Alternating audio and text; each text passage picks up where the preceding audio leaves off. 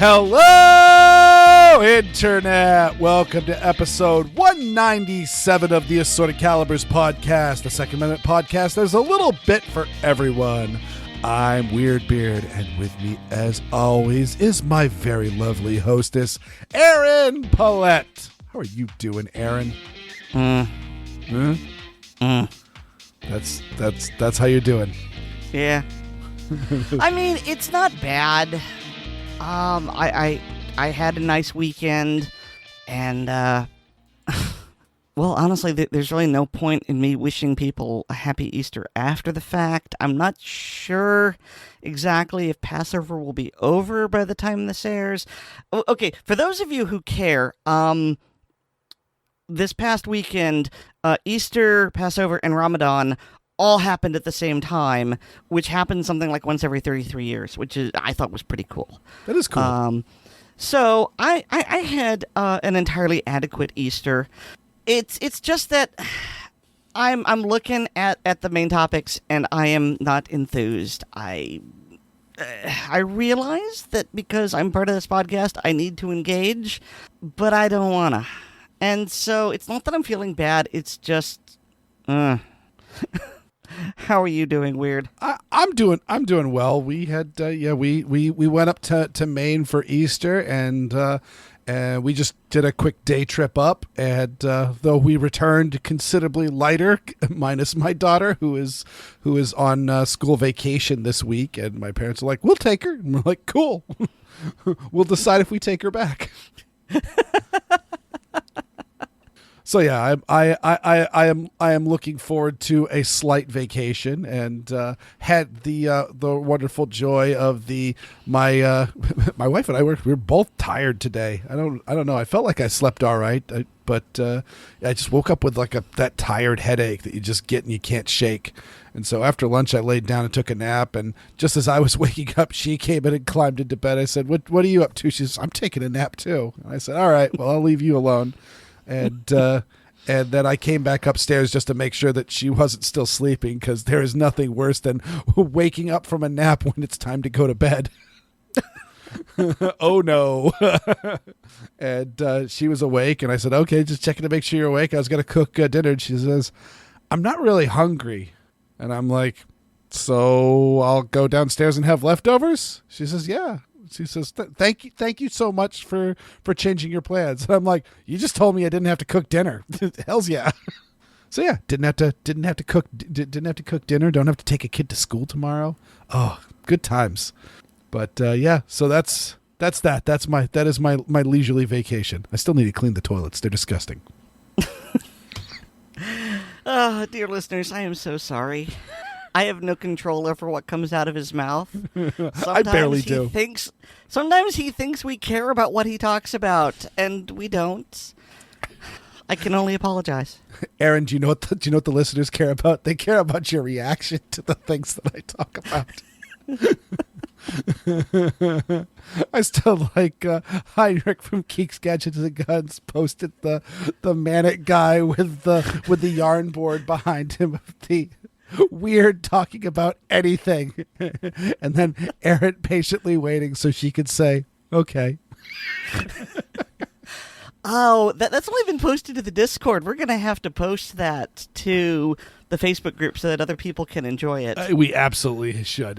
It's pretty hilarious. Oh my God, you actually made that for me.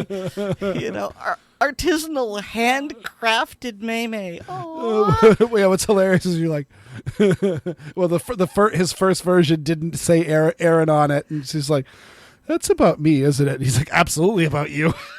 Actually, I did. It wasn't even a question. I knew. It was just, this speaks to me. Thank you. It wasn't even remotely a question either, because especially just the, okay.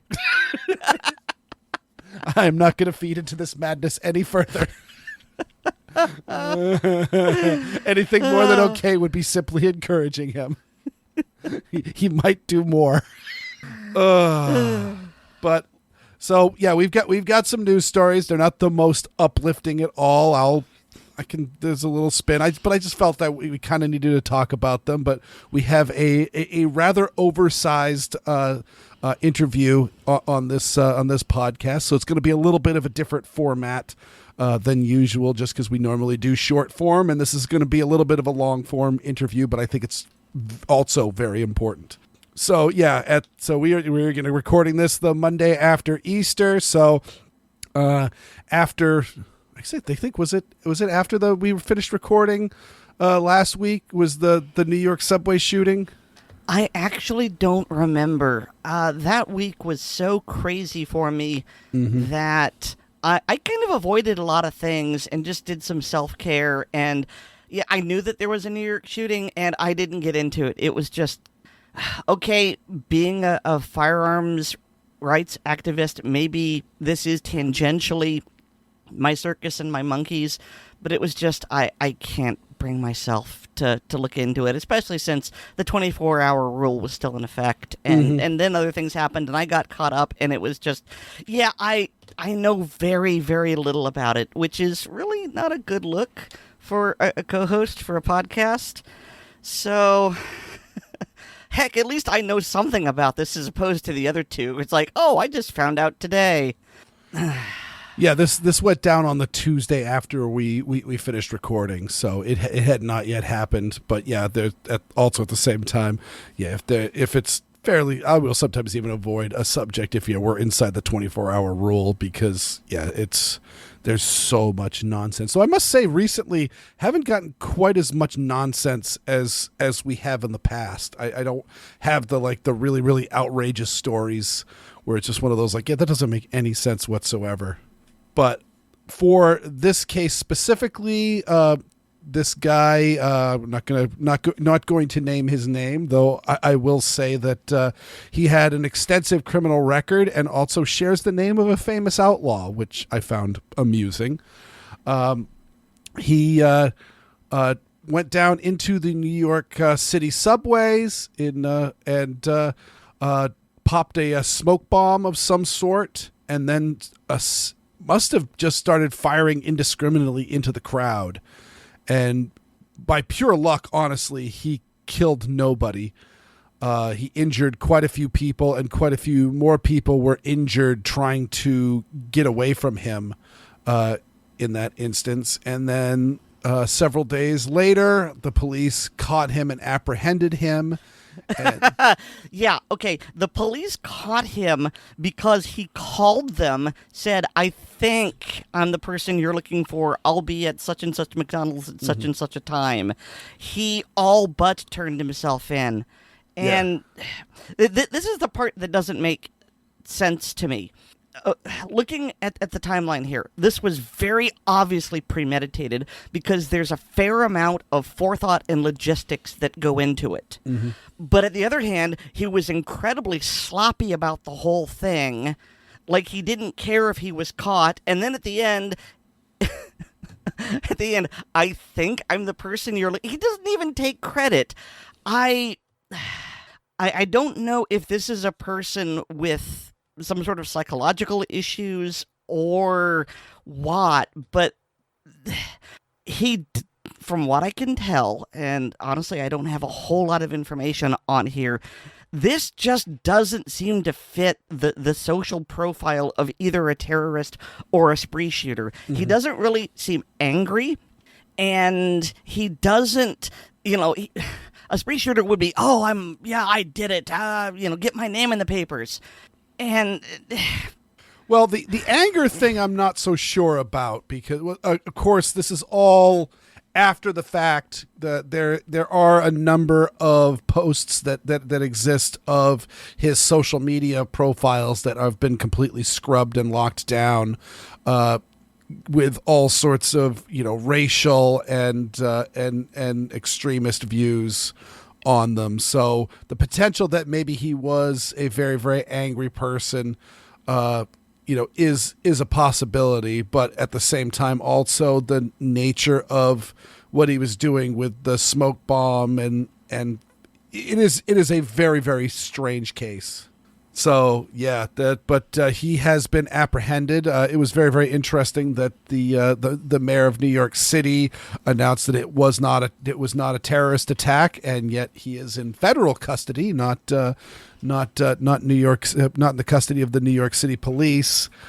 Because I literally thought he had been arrested for, a terror crime. Exactly, he was arrested for a terror crime, but the day and the day after the shooting, there was an official announcement that said that it was not believed to be terrorist.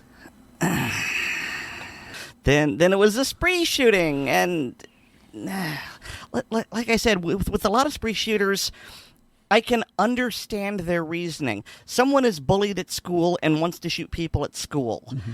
I don't think it's right, and I don't agree, but I can at least follow the reasoning. Yeah. Or you've got these absolute utter losers that know that they will. I mean, almost all of the spree shooters, especially the young ones, idolize the Columbine killers. There's always something in there where they studied Columbine and other shooters and had idolizations of them, because so many of them, the only thing that they have ever done of consequence is kill a whole bunch of their fellow students. So that's where they go, haha, I can leave my mark on the world, which, I mean, as you said, there's some mental illness, because anybody that puts those two things together clearly is not playing with a full deck. Mm-hmm.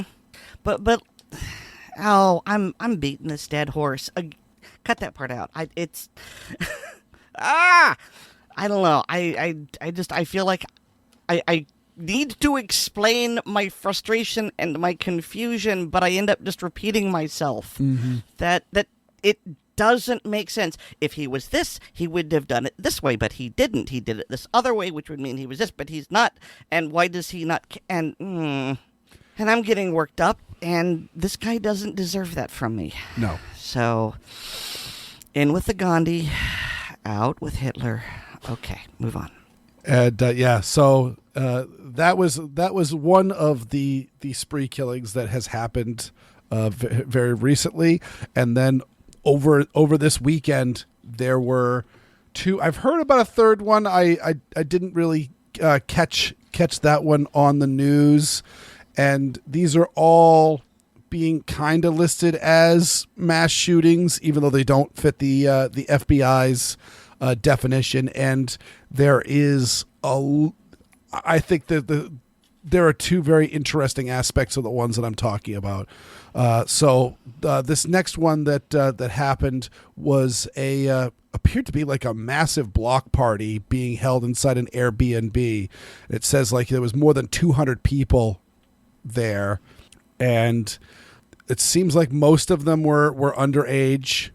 And honestly speaking, it sounds like a pretty good time. If Airbnb had existed when I was that age, it certainly could be an interesting way to have a fun weekend. But in the case of this, shots rang out. There's not right. This happened the other day, so we're still well in the bubble of exactly the course of events. Mm-hmm. But according to the police investigation, I think two people were killed, a whole bunch of people were injured, either through gunshots or from getting injured and trying to escape.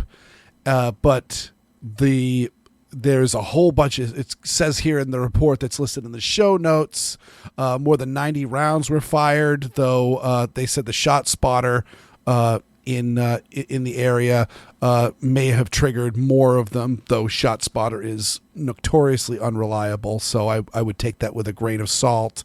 But also multiple calibers were recovered as well, which implies that there were several different guns used. And I've got to say, this really does reek of more of a gangland type activity, given that just about everybody at this party was underage, yet there was lots and lots of guns there.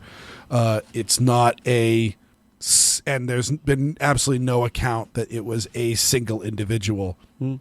So plus there were more than 200 people present at this party. Yep. So, a gathering that large, you are likely to get some ne'er-do-wells, just law of averages.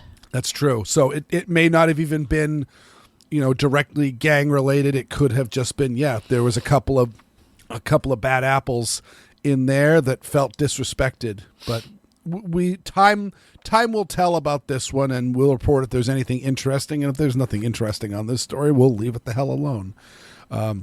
But this reminds us very much of the Sacramento shooting that happened, in the fact that this is being kind of mentioned as a mass shooting. We'll see how much traction this story gets over the next couple of days. My prediction is not a whole heck of a lot, but it seems like it is definitely more of the level of street violence and just in a crowded format.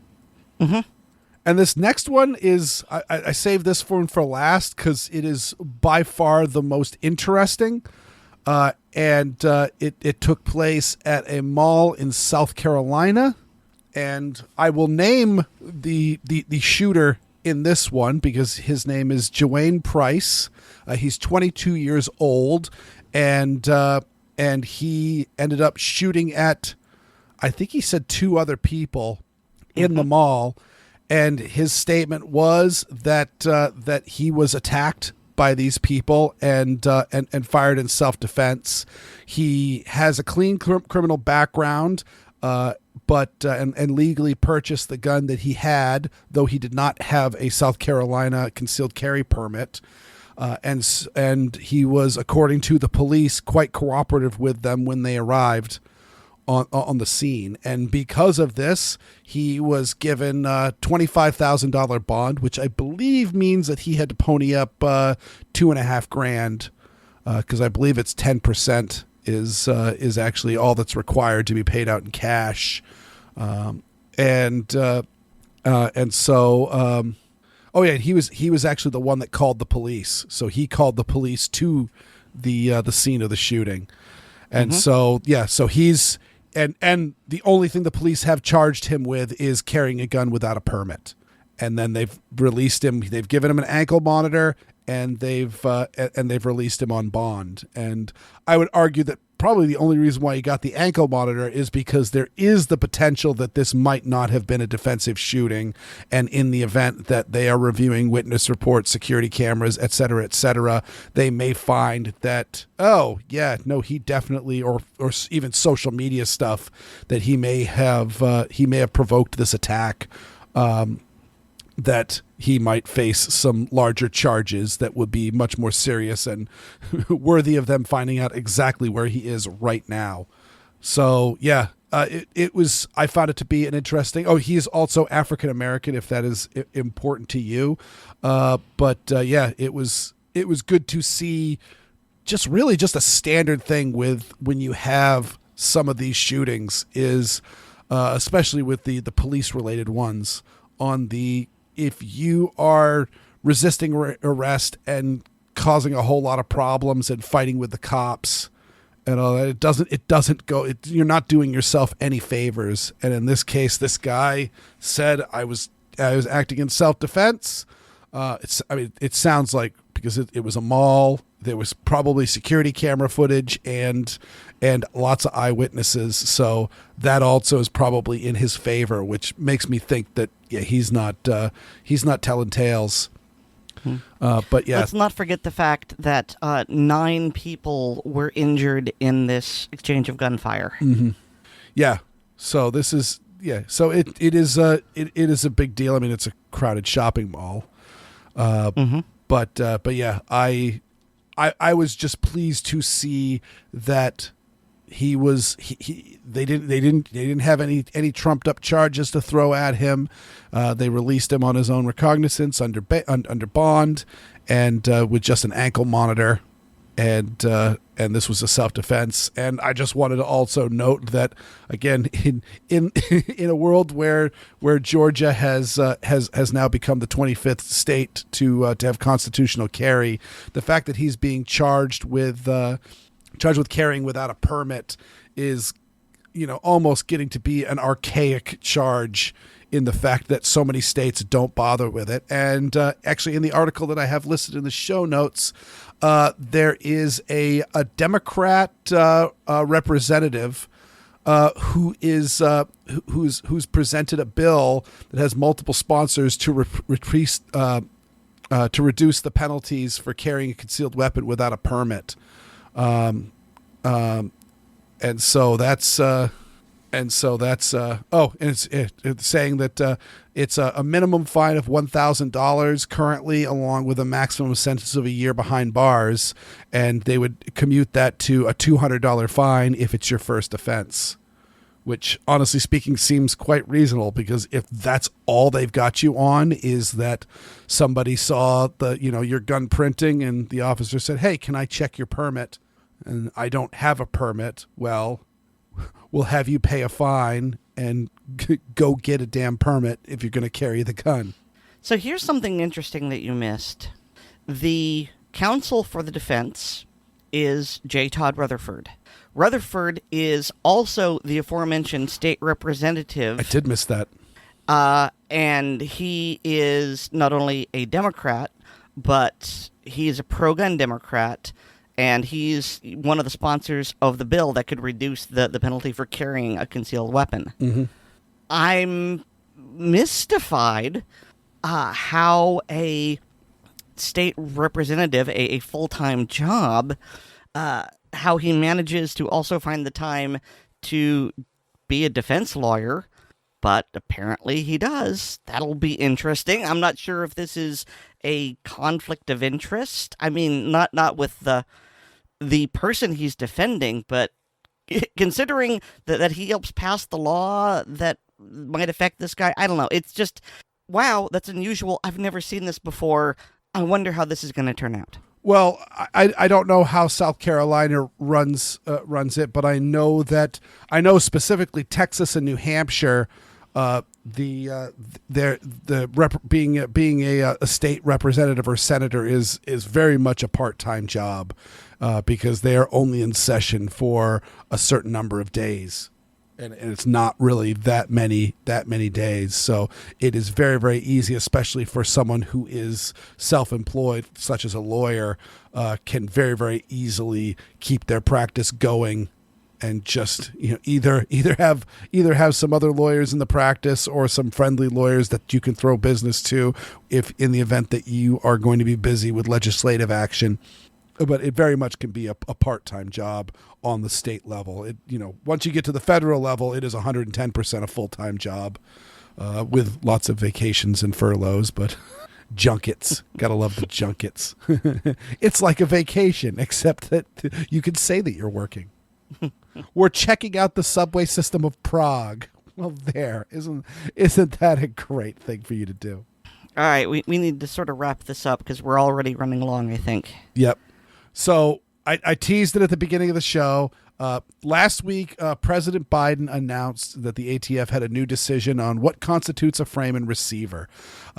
We reported on the last episode of ACP, but honestly speaking, we were very confused. It's a long, complicated document. So I contacted the first person I contacted was lawyer Benjamin Blatt, because of his firearms expertise. And so here's my interview with him to see if we could shine any light on this subject.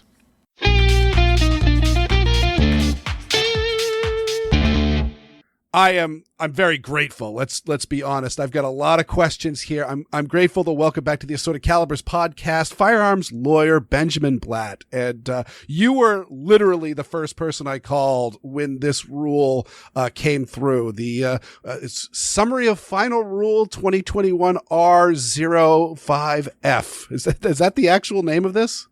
That's the rule, but really it's going to just be modifying various CFR portions, so no one's going to refer to it by the rule. So let's get right down to brass tacks, Benjamin, and let's say, so what does this rule do? How does this change how the laws are going to be enforced moving forward? So this rule changes quite a few things, but I'd actually like to start with the one silver lining I identified in here. And this one, I think, genuinely came out of them actually listening to comments. Prior to this rule, which I guess is going to be published today in the registry, and it takes effect 120 days after the registry. So right now it's still a problem, but in 120 days or so, right now, if you are Cerakoting guns and then offering them for sale, like you get in a black gun and you make it Tiffany blue, to give a local example, you are supposed to have a manufacturer's FFL because you're adding value to that gun for sale. That's per a current ATF determination. The one silver lining I've seen in this rule is that it changes the definition of permissible gunsmithing to basically say that if you are just Cerakoting an already manufactured gun, even if it's adding value, you are not required to have the manufacturer's license. Now, if you take a raw receiver and then coat it for the first time, that's still considered a manufacturing process. But just Cerakoting it to add value is no longer one of those things where you have to have a manufacturer's license or risk losing it all if the ATF decides they're going to knock on your door today. So that's the silver lining. Now onto the clouds. Yeah, everything else pretty much is bad and sucky. So basically what the ATF did is take an existing definition, and this is a definition that comes out of federal statute, the laws Congress makes, the way it's supposed to work, that refers to frame and receiver as being, that is a firearm. If it is the frame or receiver of a firearm, it is legally a firearm. That's the statutory law. So ATF and the Biden administration basically said, well, in 1968, when they made that law, Congress really didn't know about split receiver firearms, and they didn't really understand that new technology. Now, I have issues with that because around the turn of the last century, one of the most popular handguns ever sold, about 120 odd years ago, was a split frame handgun.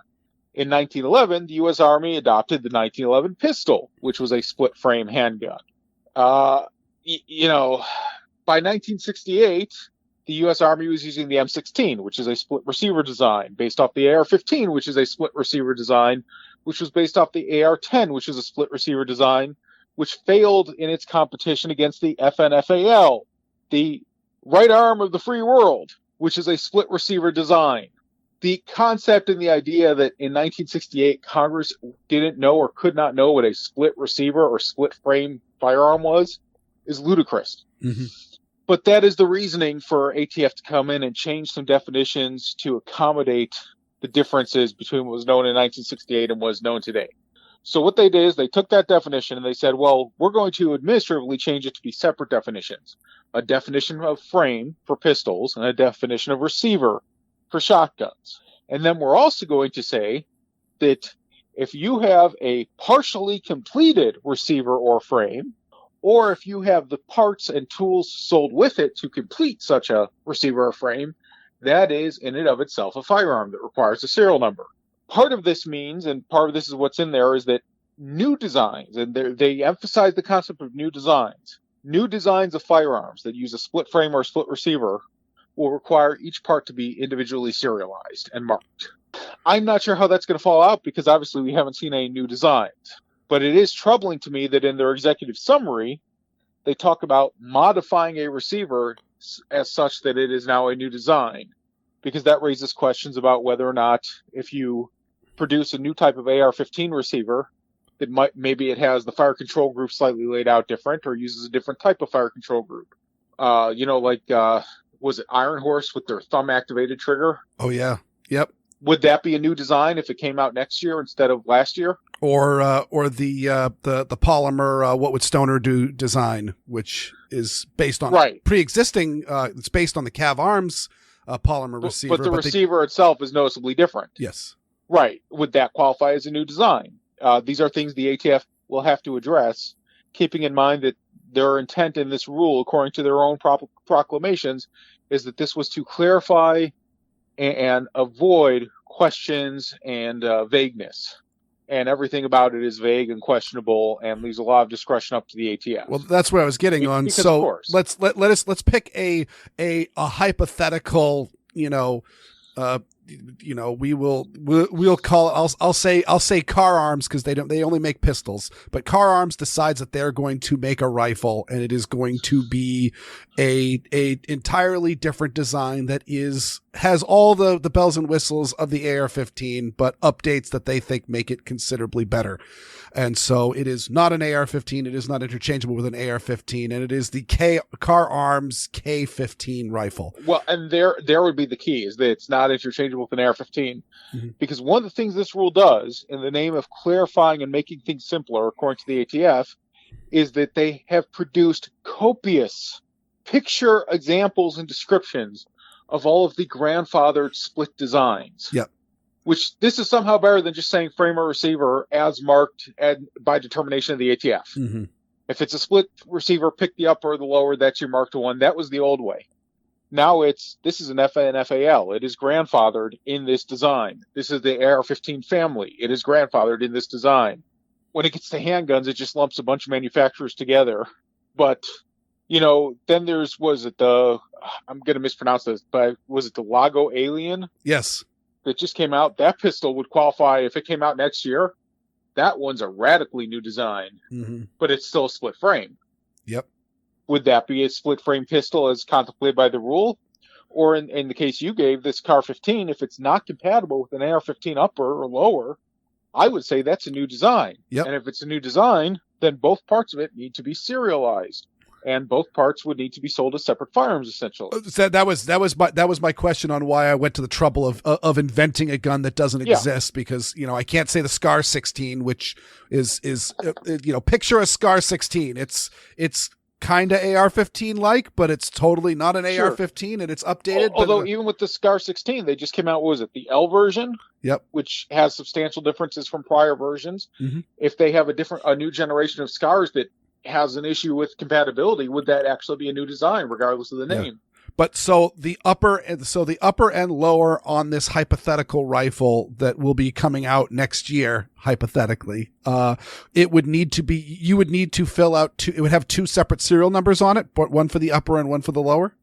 That's the way it reads, is that new designs would be both parts of a split receiver or frame would require serialization of both parts, and both will be individually treated as firearms.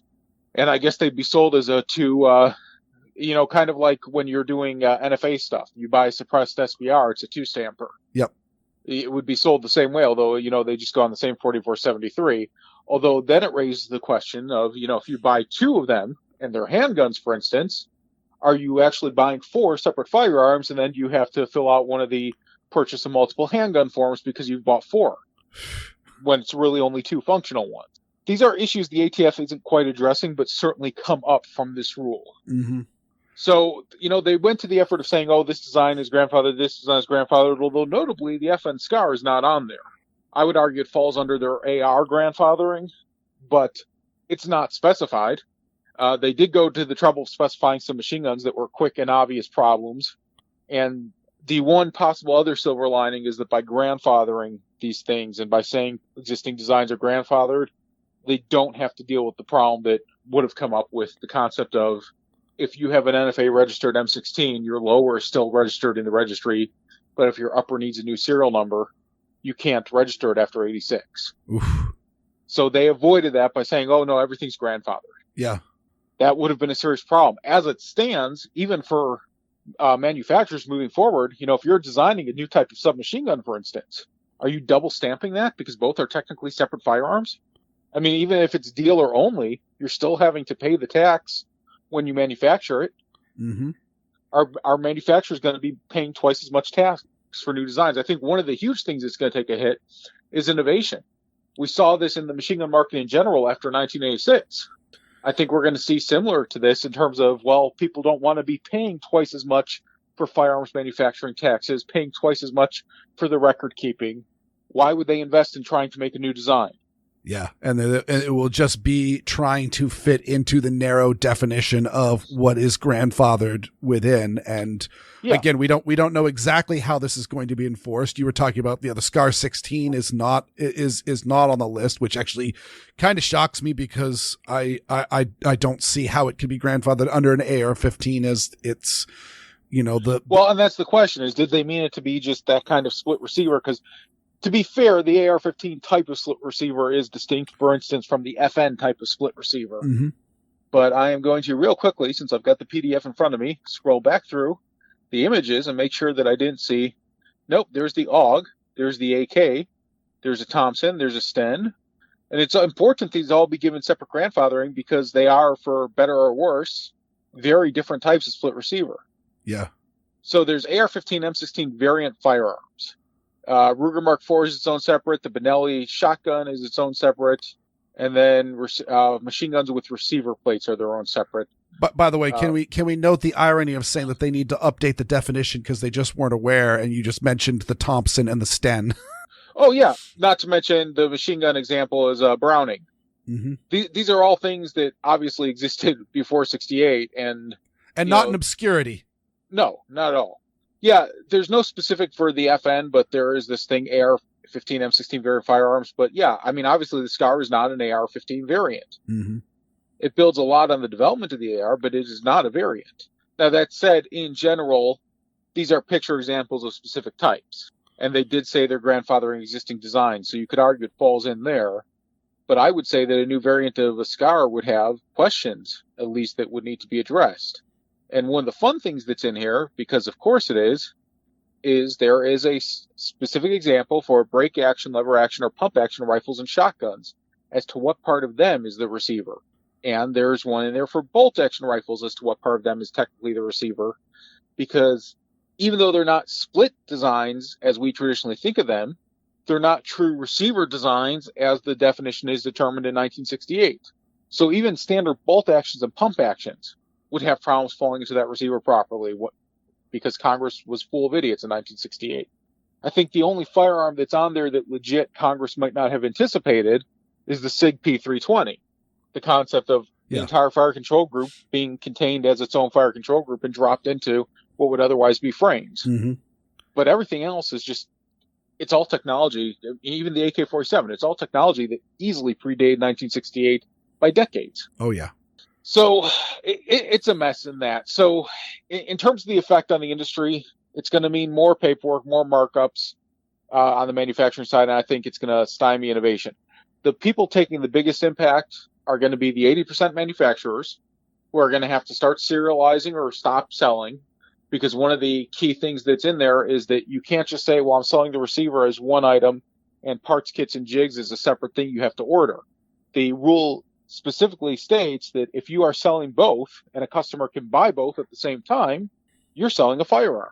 So the only way you'd get around that is if you had like a separate company in a separate building with a separate website, and maybe the same guy owns them. And the customer can go and order the one thing from one place and order the other from another company that's in a different state. And then there's the chilling effect, because I have openly said the only reason why I have not built an 80% gun just in my hobbying is because I'm a sucky handyman, and I know for a fact that I will throw several of them into the trash as I screw up just to make one gun. It's easier just to walk to the local shop and pick one up that's already put together. Yeah. Well, and I've said that the only reason I have never bothered with one is that, frankly, it's always been cheaper to get a blemish arrow, and I don't have to worry about messing up the coating on it. Mm-hmm. Because coating them properly is a pain. Yep. I experimented with doing my own firearm coating like 15 years ago, and all I wound up with was a bunch of spray cans from Brownells that never got used. It just, it was a disaster from the word go. But basically, there's that for the 80% market. Although, 3D printer go burr, Mm-hmm. CNC machine go burr, can't stop the signal. Yep. Although you can guarantee they'll try next. So that's for the 80%ers. The other huge impact is going to be on your average Joe FFLs. The least impactful part of this rule is the elimination of the 20-year record rule. Because according to ATF, well, you can't be throwing things out for 20 years because there were 1,300 guns we could identify that we weren't able to trace because records older than 20 years have been thrown away. Keeping in mind that the ATF has openly admitted that any gun sale that's more than a year old, they have no chance of tracing properly anyway. And also note that the ATF is complaining about wanting to get around the rule against digitizing their records because they are actually having like structural damage in the warehouses from the weight of all the paperwork that they're retaining. So for what it's worth, that's not contemplated in this rule, but that's something the ATF's been doing for the past few years. They have been basically compiling a registry by doing two things. One, if you look at the new Form 4473 that came out recently, all of the firearm information is now on page 1. So ATF agents are notorious for taking pictures of 4473s when they do inspections. But gun shop owners are also notorious for calling them on it because they're not supposed to. Now they can take those pictures without obviously flipping documents because everything they need is on page 1. That's for the paper 4473s. The other thing they've been doing for years now is anyone who uses digital 4473s, they don't come in and sit there and look on the computer at the records. They come in and grab a flash drive of the database and take it to their office to review. And then they have all the 4473s. Mm-hmm. So they've been compiling these records for the past several years. I think the first case that I knew of where they literally gone in and said, well, I'll just put on a flash drive rather than sit here in the office was 5 years ago. That was local to me is just, direct knowledge in terms of an agent just taking an entire database of 4473s that way. But yeah, they've been working on that for the past several years. Their excuse of the warehouses and all that stuff is BS only because they never look through those papers anyway. But They don't again, really bother. requiring FFLs to retain that paperwork. Right. Well, and the purpose there is that they're basically saying now we can look through those papers if we want. And since you have to retain it in good condition, you have to make sure you store it in a place that's not going to get weather damaged. And if we want to look at the records, we can.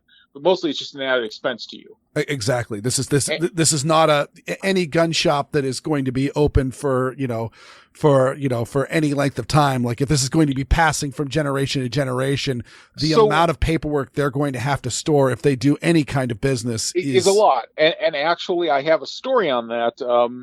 One of my clients unfortunately had to close about 3-4 years ago. It was before COVID by a couple of years. And they've been in business since the 60s, I think it was. And when the ATF came to collect the records, he had a shelving unit. And all the 4473s were by year, but they had to get a second van to fill it because he actually didn't throw anything out, even past the 20-year mark. So they took everything, but it went back decades. And they had to haul it off because that's what they wanted to do. So there are shops that do that.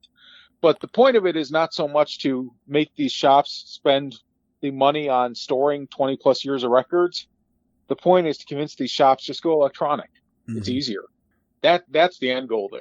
They want these records all perfectly on their electronic databases, easy to read, easy to access whenever they feel like, so that they have the unofficial registry at hand, and so that they can also look things up and basically move data around as they see fit.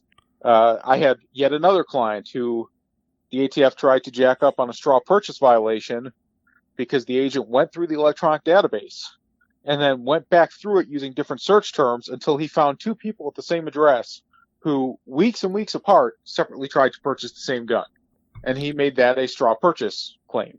Now, if a person with paper 4473s was dealing with this, not only would the ATF never have caught it, but unless it was a one-person shop and the person had a great memory, no one's catching that.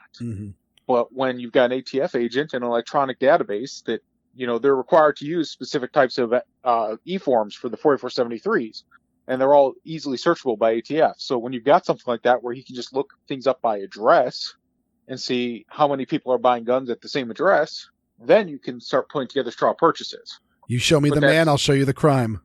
It's exactly what this agent did. So, I mean, that's part of it. It's literally there just to manufacture offenses that they can nail license holders on. But that's not even the big hit to the FFLs.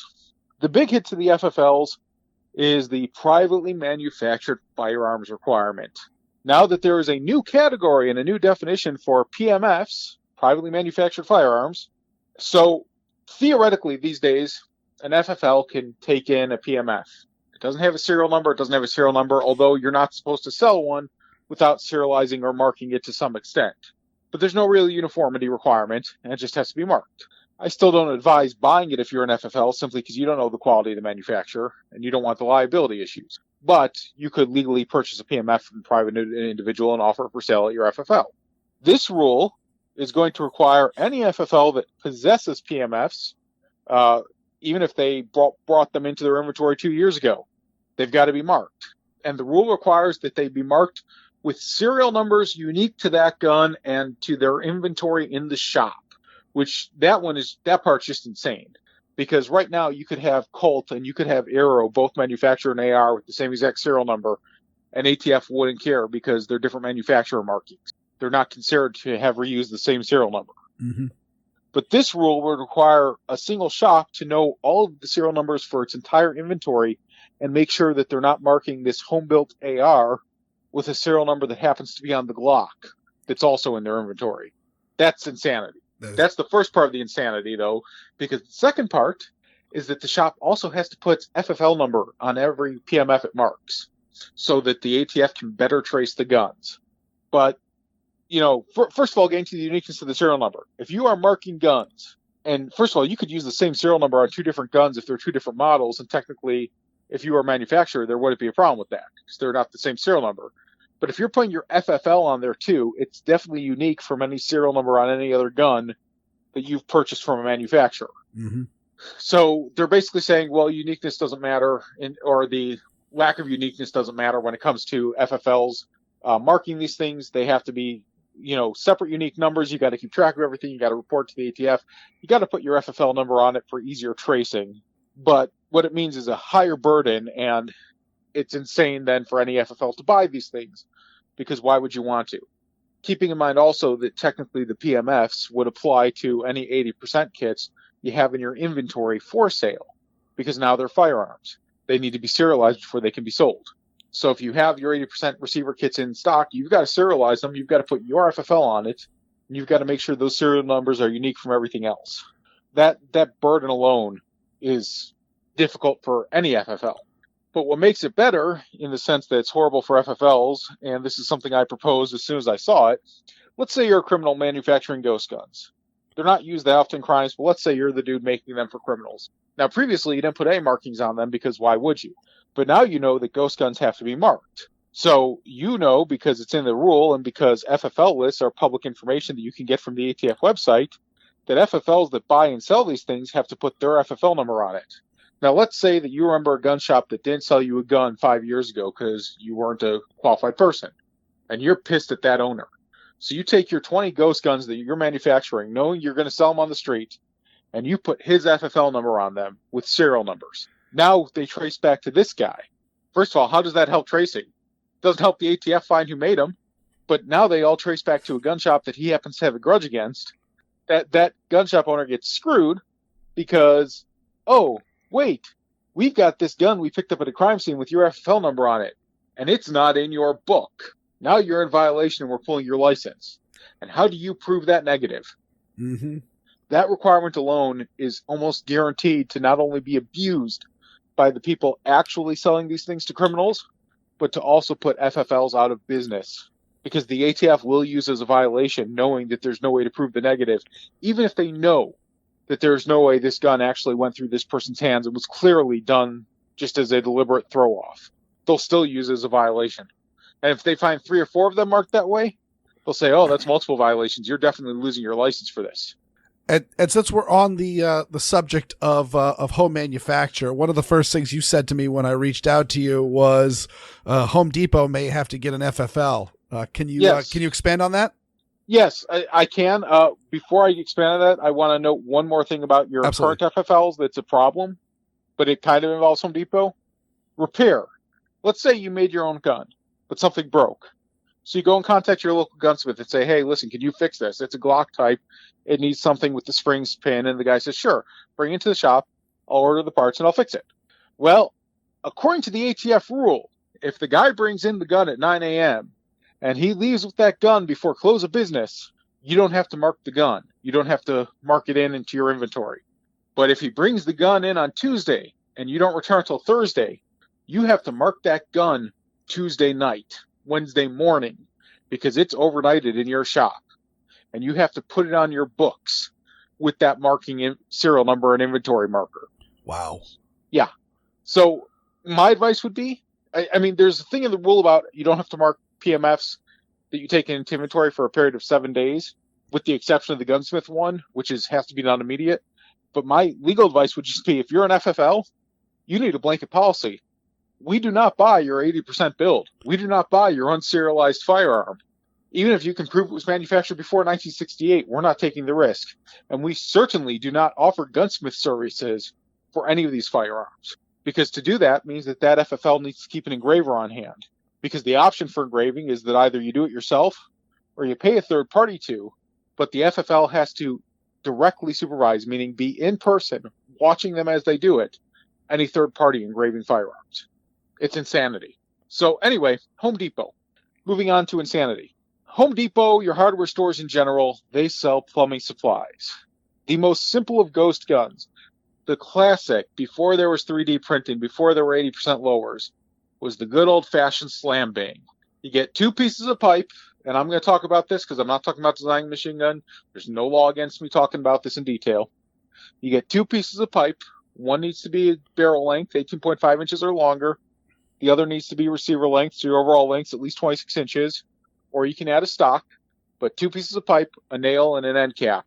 Maybe a piece of cork to help pad the nail. You thread the larger pipe with the end cap and the nail.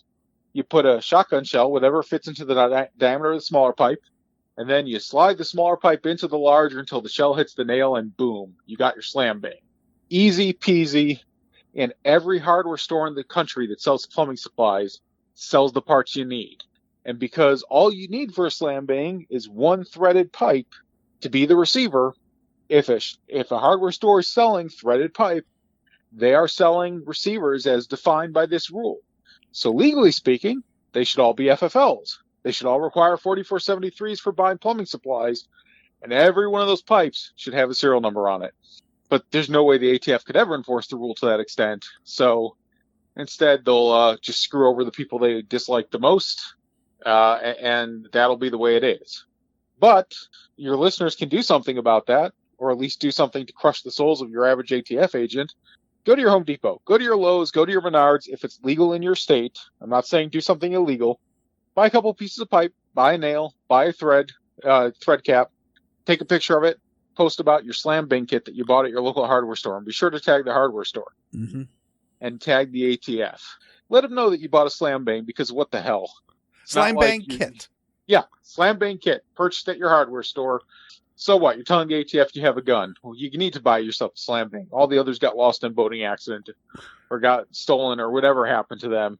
But make sure you keep tagging the ATF and the hardware store you bought your kits from.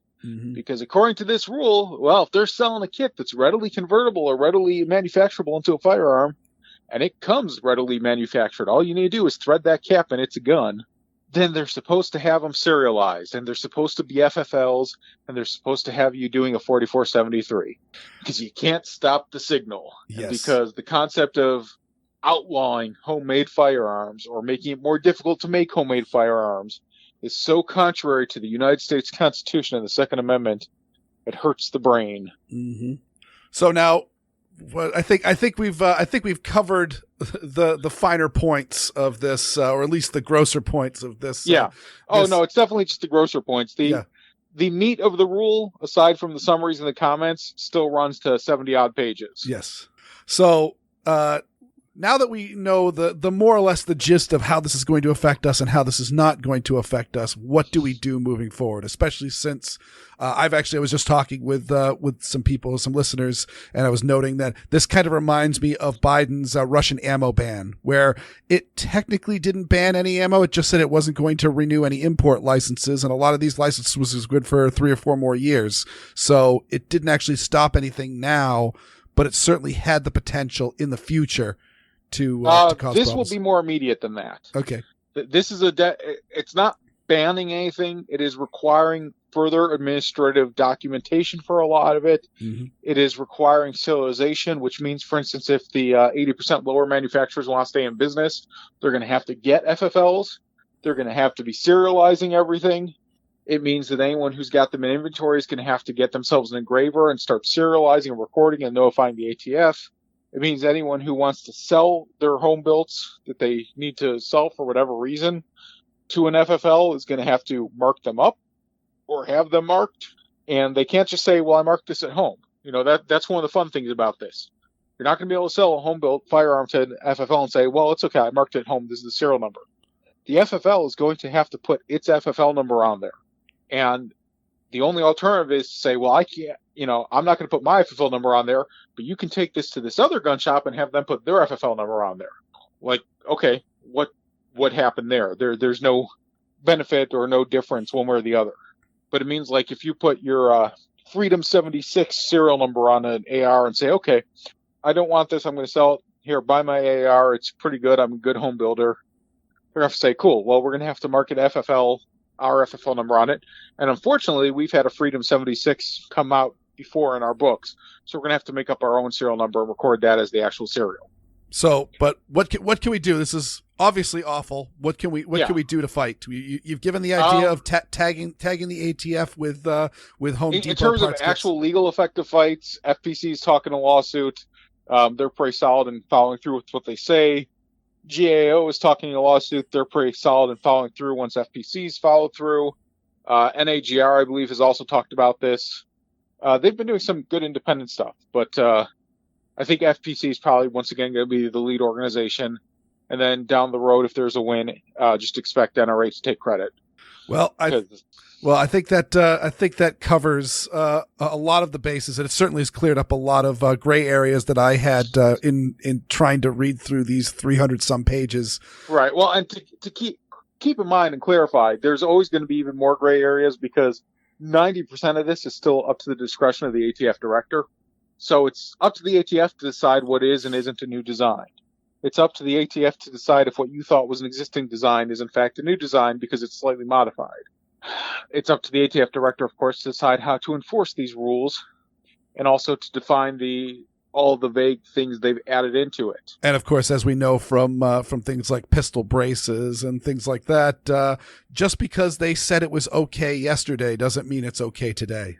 Right. Well, in the pistol brace thing, the ATF publication about their budgetary needs suggests that the pistol brace rule is either going to come out in June, effective in August, or come out in August, effective later in the year.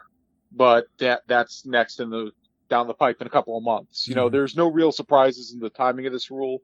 For all that there was this talk about a press, we're going to have a special announcement Monday, this, that, and the other thing. It's been known for a while that this rule was going to be published in April. Yep. The only real surprise to me is that it's not a 60-day window. It's a 120-day window. So it's not taking effect for 4 months rather than it taking effect in June. But yeah, the grayness, the vagueness, that is a deliberate part of this, despite all the claims it's to clarify. The intent is to continue to be vague, especially as refers to 80% sellers. It's literally up to the ATF director to decide at what point your sale of 80% receiver blanks becomes firearms based on what you're also selling or based on how developed they are. Because it says in there that the receiver blank can't have any holes drilled or index marks. And the ATF has been wonderfully confusing about what an index mark is, depending on, how they feel about it, which is why, can't remember the dude's name. The guy making the Lightning Link cards got nailed for index marks because there was lasering of the shape, even though that wasn't even remotely engraving. But it's worth noting that as far as those are index marks, that's why you can't even mark that third hole in your receiver, because that's considered an index mark of saying, oh, you're going to drill there. So, they've gone after people for doing that, even as a joke. And you will see receivers out there with a fake third hole marking. But if you look at the actual specs for an M16, the hole's not in the right place because that's their outlet. It's not an index mark for the proper hole. It's just a mark on the side of the receiver. But, 80%ers are kind of screwed to the point where I don't think I think these companies were built up on the basis that they didn't want to be FFLs. Mm-hmm. I don't think they're going to stick around to be FFLs at this point. It's kind of like Firearms Unknown. Well, also what happens on if a group of I don't know any of these groups specifically. Like I don't know, does Polymer 80 already have an FFL behind them or all that? That's one of the big ones that I know off the top of my head. But I don't know if they have an FFL. The other one I know of is JSD Supply, or I guess Supply's its name, but JSD. Mm-hmm. I don't know if they have an FFL. They sell enough parts that they may actually have an FFL that they use to get broken guns to strip things out. But the question is, are they manufacturing FFLs or are they just O1s? Yep. But either way, if you are a company that does not have one, but you have been making these products that up until a couple in a few weeks or a few months, it will be illegal. Do you have a grace period? Because I mean, you can't just get an FFL. Not for those companies. Yeah. There's a grace period for marking inventory that FFLs already have, but no, those companies are not going to have a sales grace period. Their grace period is right now. Yeah. In terms of when the rule takes effect, and that's it. And it's difficult too because they've basically been offering a product that's inviting because it's not serialized, but it's not really cheaper than a finished lower. If these people have to serialize it, and if their buyers have to get that 4473 done, the financial advantage really isn't there. You might as well buy an Arrow lower, or a Palmetto State lower, or even a Poverty Pony Anderson. Or also, there's also the issue of all right, what happens if I'm a crappy handyman and I'm just screwing around and I slip up and now I have entirely boogered up this 80% and it's never going. I drilled the holes sideways, or I milled I cut one of the rails off of a pistol and all that. Well, now I don't just have a piece of polymer junk to throw in the trash. It's been a firearm this whole time. Well, as far as that goes, I mean, you can still throw away firearms if something's broken. But, I mean, there's definitely an issue of you cannot give away that receiver necessarily in states that limit transactions of firearms, or that broken frame. You might have to say, okay, well, I want to give this to someone to work on. Now it can't just be, oh, here's my broken 8%, or you have a go at it. Like Washington State, depending on how their state laws read, you'd look at transferring that through an FFL. Here's my broken ass Glock frame for you to work on. But that is part of the new definition, is that they redefined what it means to be a destroyed receiver. And it's kind of different than it used to be in terms of the actual destruction. One of the things they did away with too is, they used to have very specific diagrams for this is how you destroy this type of firearm, this is how you destroy that type of firearm. They're mostly applied to people with unregistered machine guns, found in an attic, whatever. Now they've gone to a more generic form, which, supposedly, oh, that's great, that's less regulation.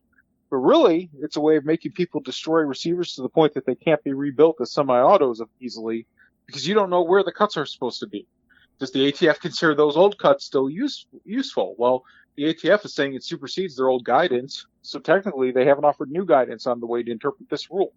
And that's just literally designed to make it harder to take an old machine gun receiver, cut it up, and then reassemble it or remanufacture it as a semi-auto receiver. That's all that is. That's just a petty move. But it does also affect, other firearms. Is your broken 80% or something that in your state you can easily dispose of now? It's a problem. Well, thank you so much for your clarification of how murky these waters are. We went long, but I think it was well worth our time. So sure, I'd like to thank firearms lawyer Benjamin Blatt for coming on the show. Yeah, thank you for having me.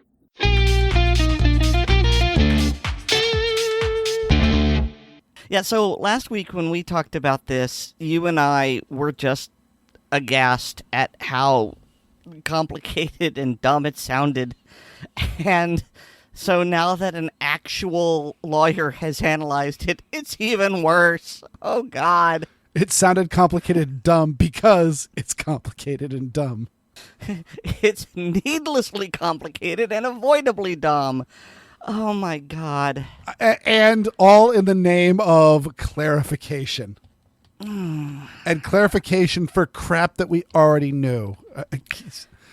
Again, I mean, that's the listed reason. The cynic in me wonders if that's really why it was. Oh, or, of like course you not. said, if they wanted it to stifle innovation and try and kill the gun industry.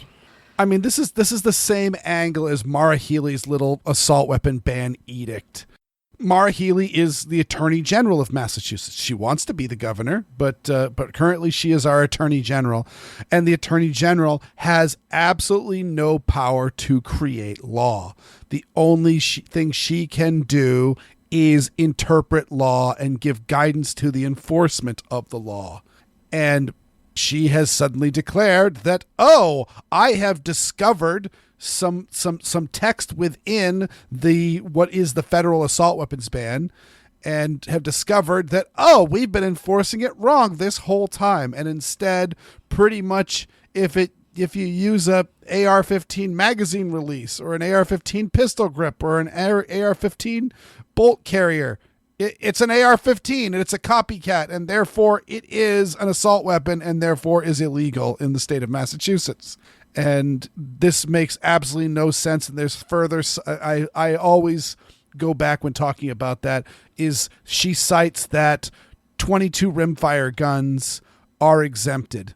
Doesn't specifically say how, like, can I have an AR-15 in 20, so long as it's in 22, that has a collapsible stock and a threaded barrel? Probably not. I don't know, and she's not very clear about it either, and you need to play Mother May I instead of her giving you a straight answer. But again, the whole point is, I went through both the Massachusetts bill, which mostly references the federal bill, and then read the federal bill cover to cover. It's not super long. It's about 8 pages long, I think, if I remember correctly.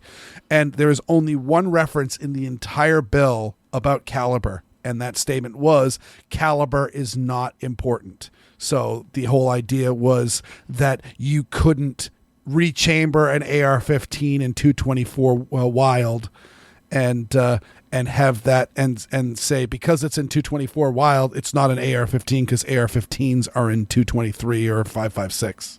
And that's it. But yet she has caliber distinctions within her ruling, which came from nowhere, because it's not about interpretation of the law and not about clarification. It's about, we want to do something. What can we get away with doing? I know I said it last week, but I really don't have anything else intelligent to say about this other than just to sputter indignantly at the idiocy. Mm-hmm. But I wonder what will happen if this works the way they want it to, and the ATF now has fewer jobs to do, and they start losing their budget, and they have to fire agents. Because the entire job of every bureaucracy is to maintain its existence. That's why, I don't know, I'm sure you know this. If you are a federal department and you are given a budget, and if you do not spend all of that money, you're a fool, because the next year the accountants are going to say, well, you didn't need that money, so we're going to reduce your budget. So even if you don't need it, you will spend it on garbage things so that you don't lose money. Mm-hmm. And I would imagine that the same thing works with personnel. And, oh, hey, because of this, we require fewer ATF agents, and we're going to have to fire them. Or whatever. I understand it's hard to fire people in the government, but... You could lay them off, though.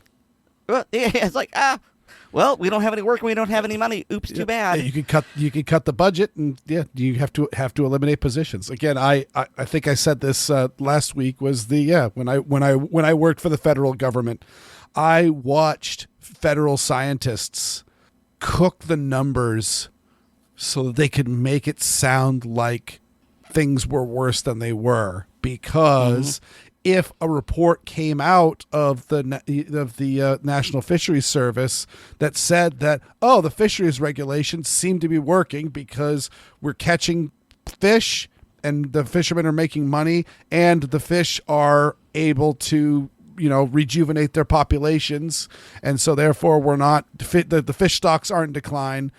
Good, we did it right. The solution to that would be, cool, we'll lay off 75% of your staff and we'll just keep a pilot light on. You can have one person that'll spend most of their life in hotel rooms going from port to port, checking out the fish stocks and seeing if there's anything dropping off. And if we see any problems, we'll hire more people. But until then, have fun finding work somewhere else. Yeah, and I would be fine with that if it weren't for the fact that it's not going to happen immediately. And in the intervening time, they're going to do massive amounts of damage to this country, to the firearms industry, to innovation, to maybe to military advancement. It's, oh God. Yeah, and the big thing that I'm wondering about is how many of these 80% people are going to be just crushed because there's just no way for them to conduct business, because if they are selling these as serialized parts, well, then you have to deal and trade with this not a Glock and not a functional gun. I'm going to be cutting some audio of President Biden's speech where he reached over and picked up a Glock kit and said, "See, look at these. You could put it together. It's not hard. Yeah, so do it." No, you can't. You literally can't. Yes, there's a barrel and a slide, and there's a trigger pack and there's a frame. And at no point can any of those parts be put together to form a gun. You need to machine them and get them doing, and you need to do a good job of doing it. And if all of that is being treated as a gun and has all the restrictions and things like that, and probably some markup because of all the compliance that would need to be done, well, screw it. I'll just buy a real Glock or one of the many Nada Glocks that you can buy fully assembled from the various manufacturers. And so they might go out of business. Meanwhile, the government's going to be sued because this is crap and there's absolutely no standing, and that doesn't mean we're going to win, but there's absolutely no standing for any of this to go through. And so to suddenly have, and the court rules, oh yeah, no, that's crap. So yeah, just strike that. Well, they're already out of business. So it is shameful government weaselry that is going on right now. I'm trying to decide how I feel about tagging Home Depot, Lowe's, etc., and the ATF, because on the one hand, I enjoy the impish sense of humor, and I enjoy sticking it to the ATF. On the other hand, it really seems like a dick move.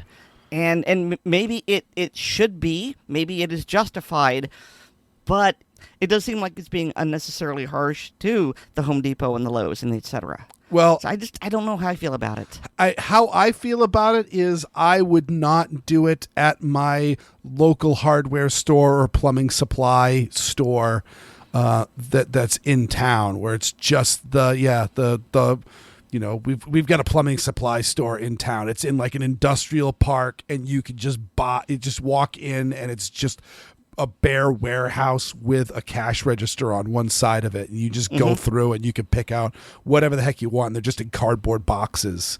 And it's a really, really cool place if you need to get something on the cheap. And that's just an independent dude running a store. And if the ATF comes after him for selling me a Slamfire shotgun kit, that could be crushing for him. But we're not going to go after the small business mom and pop things.